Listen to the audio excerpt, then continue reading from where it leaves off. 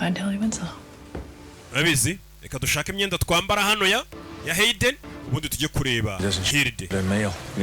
Bahise bambara amakote y'umuntu wabatije inzu sha. Jim wasn't able to get her address, but maybe Adam could. It's law enforcement. Adam and Philip risked everything for me. I'm not going to ask him for more help. Adam na Philip bamuye ubufasha bwinshi nabundi nabasaba niba bandi bamucishije gereza. In my house, I'm assuming Hildy does the same thing. Mfite ahantu nkodesha impapuro zanjye bazibika ndakeka na Hilde burani kabigenza. Works like a cruiser. Icyo tugiye gukora tugiye kujya aho hantu tuhagarare dutegereze. Rebi. Were your sister and David close when you two were married? Muri se mushiki wawe na David bari inshuti ubwo mwashyingiranwa. Our first year at Amherst. Je na David twawe mwaka wa mbere niga. Known him as long as I have. Rero urumva nawe kamuzi icyo gihe cyose muzi n'umuvandimwe we. Last week she's helping me plan my baby shower, so. Rero muherukana ryari cyumweru gishize twari kumwe ari kumfasha gutegura baby shower. No.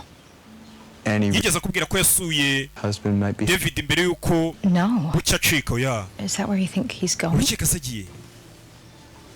Rebe. If your sister contacts you, you need to. Umuvandimwe ntago hamagara. Rachel Mills. Uhita duhamagara kuri iyi nimero n'abashinzwe umutekano.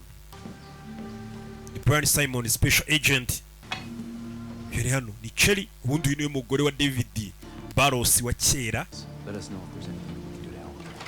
Yasigaye hano. Uyu ni umugabo mushya yaje gushaka. Ubeshye FBI uzi uburyo bikomeye. Ntabwo tuzi ibyabaye. Habura umunsi umwe ngo David Barros acike murumuna wawe yaraguhamagaye kuki utabibwiye FBI.